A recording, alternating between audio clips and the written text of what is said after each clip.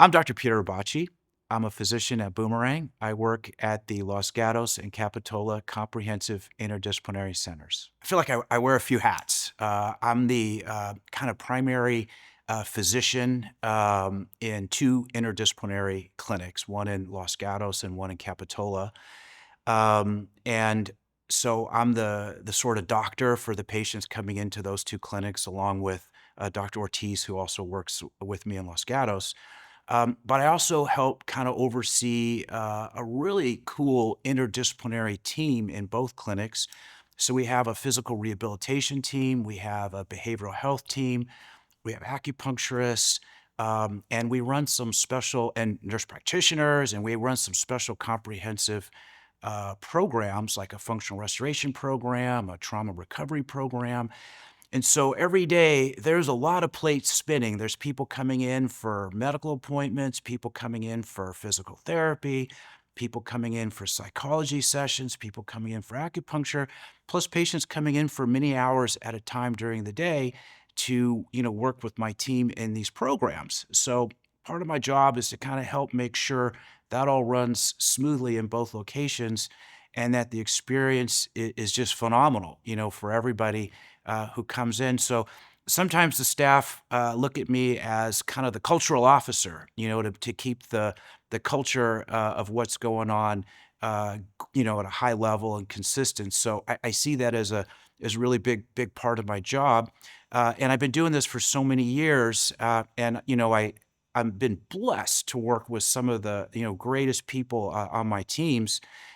But people come and go over time, and life changes, and we've been able to always bring in new and exciting and innovative people to work with on the team. So I like to use the analogy of the Harlem Globetrotters. I was a huge fan of watching them when I was a little kid, and then some of the players would retire and move on, and they bring in new people.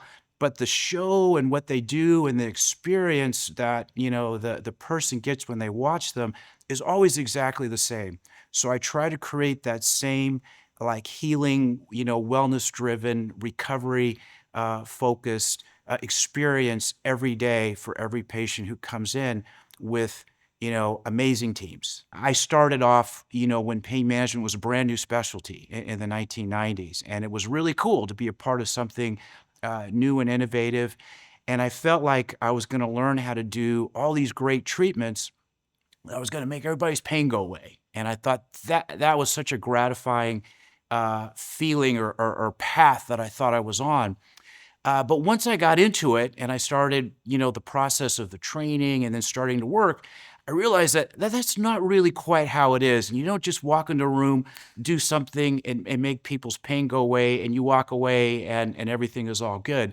Once you start to work with people over time and, for months or years or for extended period of time, you start to realize that their journeys are really complex and they need help with so many things at a much deeper level. There's a lot to process. There's many layers around the onion of pain.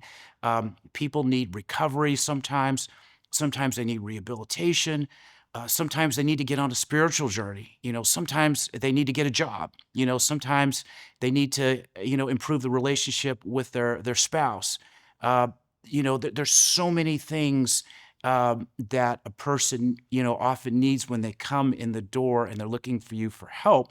And that's the place where I realized that my career really took me, even though I really didn't know it was going to be so deep and so complicated. But it's such a blessing to be able to try to help people with all of these different things going on in their lives. Also interesting in this journey for me is I've had along the way a couple of really bad injuries and really challenging pain problems of my own. First one that I wrote about was a really bad knee injury that was early on in my career, and it kind of opened up my eyes and doors to a lot of like more holistic wellness based approaches that I was needing for myself, and then starting to say, hey, if this is good for me, I got to figure out how it's going to be good for my patients too. And so it was a growth experience when that happened. And then later in my career, I had a really challenging back injury with a large herniated extruded disc and just the most intense pain ever going down my leg, and totally disrupted me in my life for many, many months. And I never experienced such pain before. And, it's crazy because I've worked with so many people, so many patients with challenging spine problems for so many years. Then all of a sudden, I'm that guy. I'm the one in those shoes who is in really intense pain, who can't sit in a chair, couldn't drive a car, could hardly walk. And how do you go through that process? And it really made me a much better doctor in the end, and to know what it's like to be that person in those shoes.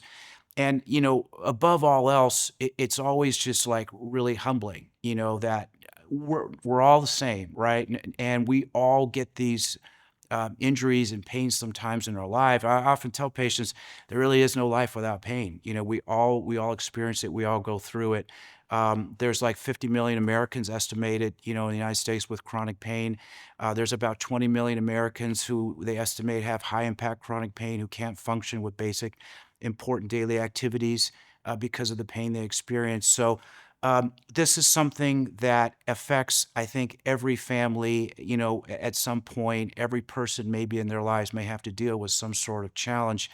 I know that I did, and I know that it really makes it real, and really kind of helps your perspective and how you work with your patients every day.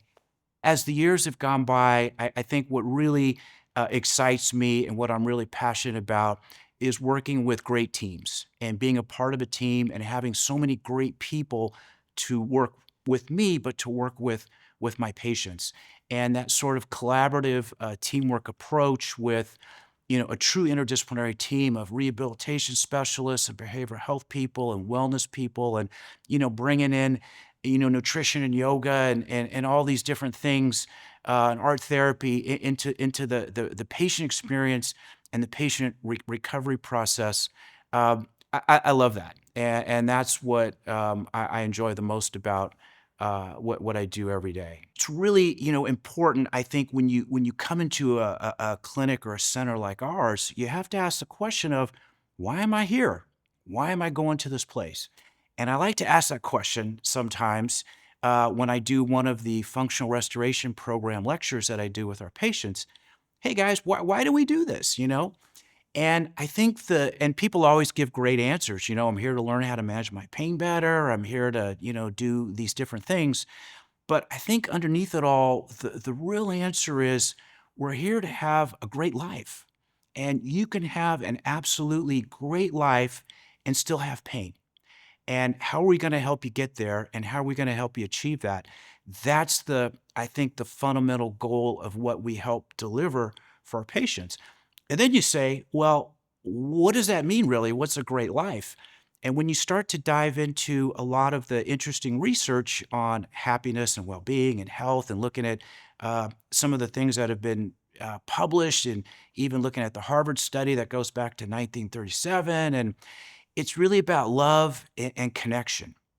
And when you think about what pain does to people's lives, how it isolates and pulls us away from work and recreational activities and relationships and all these different things, we start to see there's so many different ways that having pain can strip love and connection away from our lives, and how tragic it is. And the ultimate outcome, the ultimate win for our patients, is to do things treatment-wise or therapy-wise that help bring that back in their lives, so that now, they're seeing their friends again. They're able to get in the car or walk down the street and go have coffee with somebody they enjoy spending time with, or being able to process their emotions and to be able to connect again with their spouse or their children at a deeper level, to be able to go to work again, to be able to do all these things that brings life back into people's lives. That's what it's all about, and that's what we're here for. I had a patient tell me once many years ago, she came up to me and she said, Dr. Bacci, miracles happen here every day. And you don't realize it, you don't think about it, but it's true.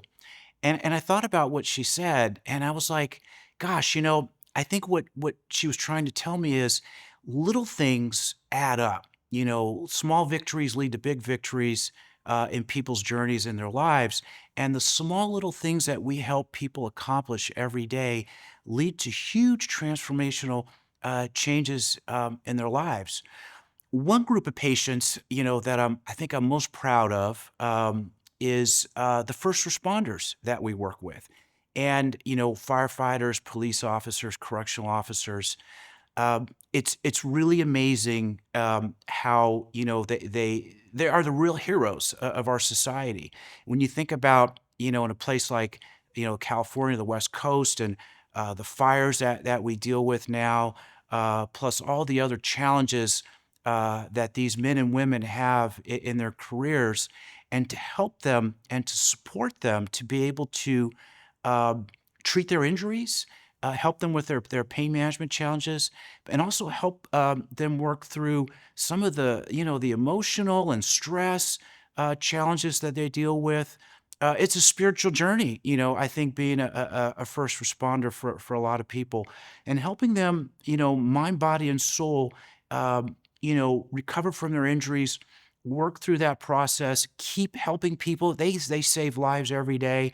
To be a part of that in so many different parts of the area of where we work is really really special. I had, like, for example, one patient who I've been working with for a number of years, who is a heavy duty Cal Fire firefighter, which I think is the hardest job that there is, because they go on these horrible wildfires, and they'll stay for like a week at a time, 24/7 fighting fires. And, he had some pretty challenging injuries, and they told him he'd never be able to work. And we've worked together, and he's continued to do his job for several years when they said it was impossible. And he's been, leading teams that have taken on some of the biggest, most challenging fires that we've had, in California during that time. So I think it's really special to be able to help and support people who have those careers and do what they do. I think the first step is kind of understanding how we're wired. Our brains are neuroplastic. They're always growing, evolving, changing, moldable, shapeable, and our brain is always communicating with our body, and vice versa. Our body is always communicating with our brain. So as we are able to evolve and mold and shape all the things going on with a person's pain experience, as we help them, with their stress, with their mood, with their emotions, with their thinking process, working through their fears, helping change or educate how they think or understand their physical injuries. As they do that, that communicates with their body and helps their body start to respond and recover and rehabilitate through some of its injuries and some of the challenges that it has from the pain. So we do that by using a comprehensive team approach. So we have great physical therapists who work with trainers.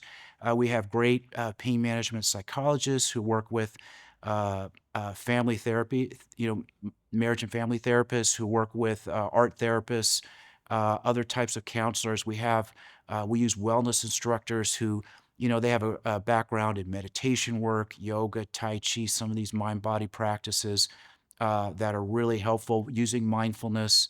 And then bringing in some of the complementary things like, acupuncture and, chiropractic treatment, or some of the other things together, you start to create this sort of whole person approach to help people, because it's such a challenging recovery process that many folks need help getting through. A lot of people think that pain management means medication management, and that they're going to a clinic or to see a doctor primarily to get medications. And I think nowadays, that's some people are maybe a little fearful or concerned about that, because, they want more, out of their treatment, or for their health. And the reality is, medication management is really just a small part of how Boomerang does pain management. And we really take a much more comprehensive and whole person approach.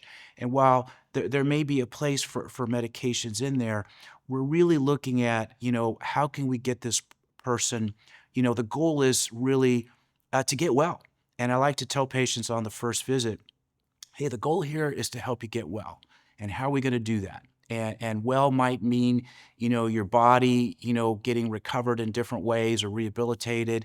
It might mean processing uh, mood, stress, trauma, different things that might be going on. Getting well for some people might mean earning some money, being able to get a job again. Or it might mean, repairing some relationships along the way. So really figuring that out is what we do. And the other thing after I say that is I like to say getting well is really hard work.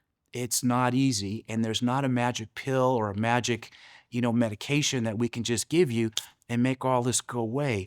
It really is a process that we will work hard together on, and that my team will help work hard with you on every step of the way. And we're going to build a plan. We're going to build a pathway that's going to help you get there. And I think the first visit that I have with a new patient, I think is so important because I want to hear the story. I want to hear everything about what's going on. And I want to make sure that patient knows that I understand what's going on. And so I always like to try to review it and repeat it back and make sure that we're all on the same page. And I also think another misconception that people bring into the clinic is just not being understood, not being heard by sometimes everybody. Their family, their other doctors, their coworkers, and really sort of reaching a place where, hey, this is your story. This is what you're dealing with. We understand what that is, and now let's work together to help you get well. Well, so what do I find most rewarding every day, and what inspires me about working with patients with chronic pain? I think one of the beautiful things of how we do the care that we do is we have patients who come in and spend hours at a time if they're in a program with us, and we start to see the power of how we heal. And we heal together. We don't heal in isolation. So when you have small groups or teams working together, as we do with some of our programs, like our functional restoration program, our trauma recovery program, the TBI program, when people are working together in small groups, they lift each other up. They form bonds, they see connections, and people who maybe felt very isolated with what they were dealing with start to realize, hey, there's a lot of other people out there who have had some similar challenges with their health and their pain management or their injuries that maybe I have.